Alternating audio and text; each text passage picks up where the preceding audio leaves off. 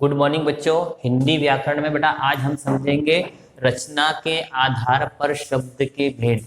इसके पहले मैंने पहले वाले वीडियो में आपको बताया था बेटा कि अर्थ के आधार पर वाक्य के भेद बताए थे, जो कि 8 प्रकार के होते हैं। रचना के आधार पर फिर अपन ने समझे थे वाक्य के 3 भेद होते हैं। फिर उत्पत्ति के आधार पर भी मैंने आपको शब्द के भेद बताए थे, जो कि 5 प्रकार के होते हैं। और आज हम समझेंगे बेटा रचना के आधार पर शब्द के भेद। तो इसमें देखते हैं बेटा रचना के आधार पर शब्द के 3 भेद होते हैं। रूढ़ शब्द, यौगिक शब्द और तीसरा है बेटा योग रूढ़ शब्द। अब हम कैसे पता करेंगे कि रूढ़ शब्द कौन सा है, यौगिक शब्द कौन सा है और योग रूढ़ शब्द कौन सा है? तो सबसे पहले अपन देखते हैं पहले नंबर पे रूढ़ शब्द किसे कहते हैं। ऐसे शब्द जो विशेष अर्थ में प्रचलित हो, ऐसे शब्द जो विशेष अर्थ में प्रचलित हो और उनके खंड करने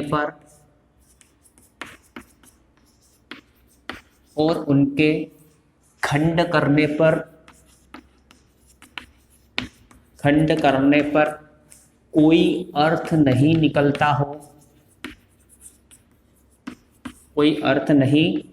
निकलता हो, अर्थात जिन शब्दों के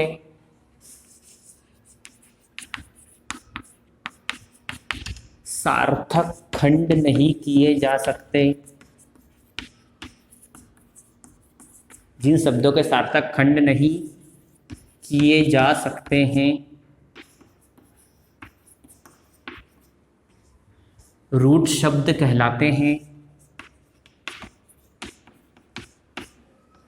रूढ़ शब्द कहलाते हैं।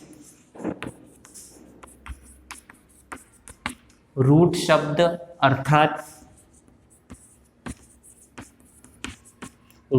अर्थात परंपरा से प्राप्त,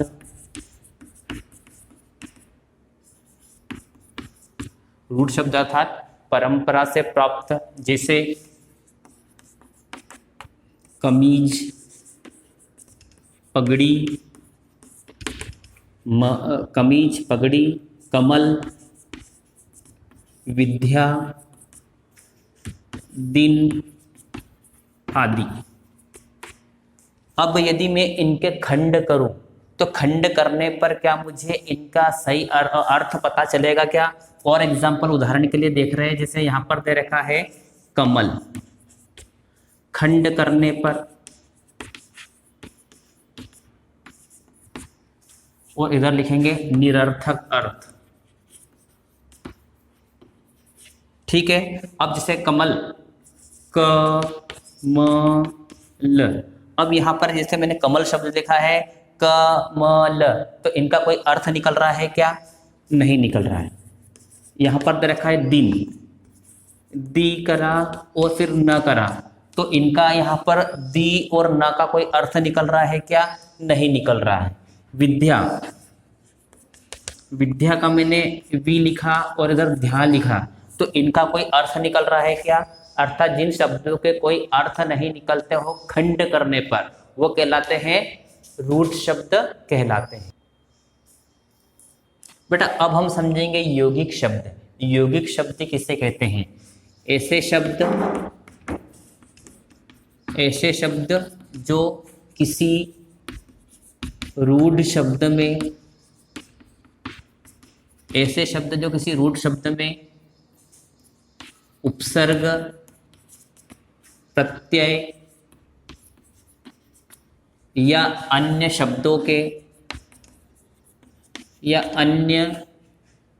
रूढ़ शब्दों के योग से बनते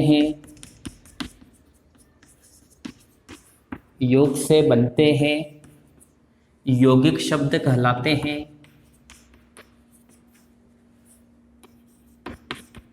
यौगिक शब्द कहलाते हैं। यौगिक शब्दों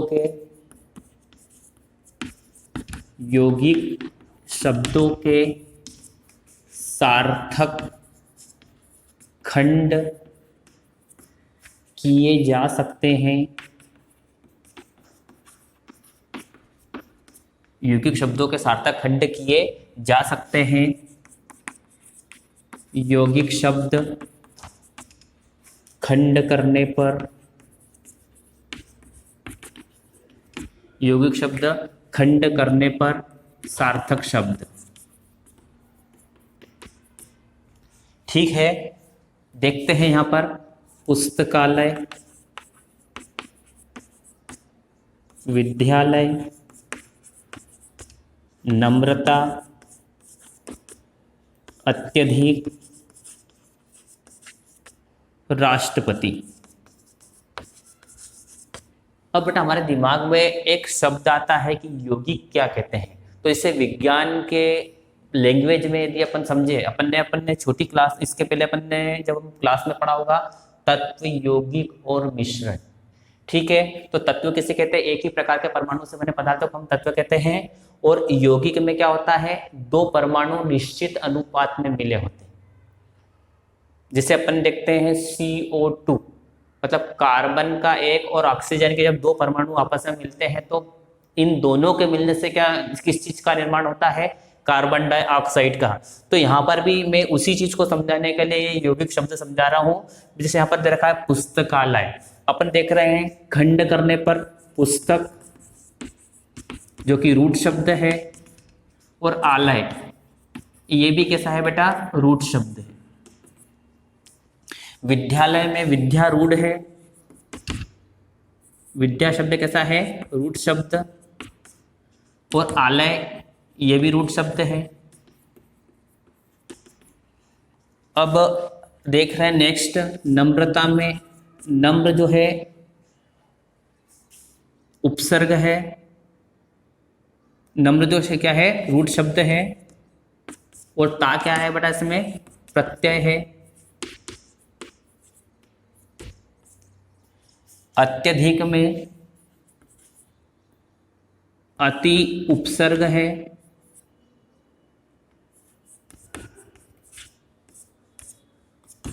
और अधिक रूट शब्द है।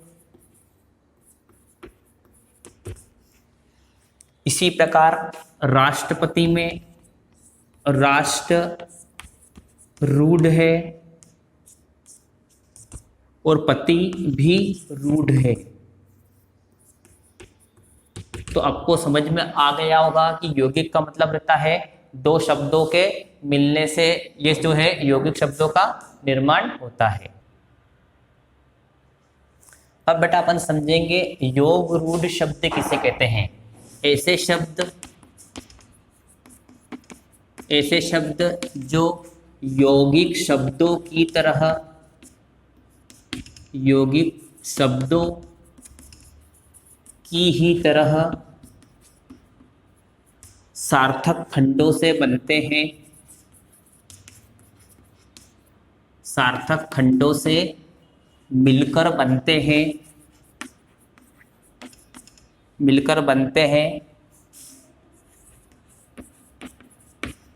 किंतु उनके अर्थ खंडों के अनुसार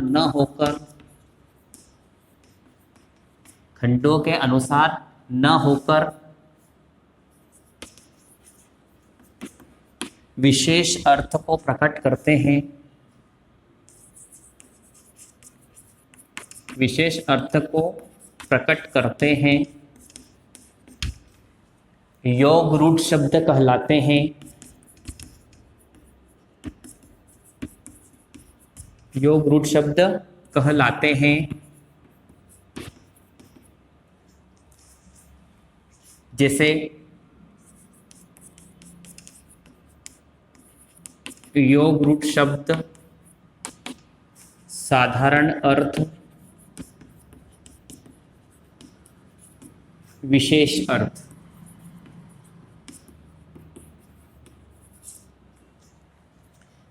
पंकज लंबोदर, पंकज, लंबोदर, पंक प्लस ज, लंबा प्लस उदर। पंकज का साधारण अर्थ होता है कीचड़ में जन्मा हुआ।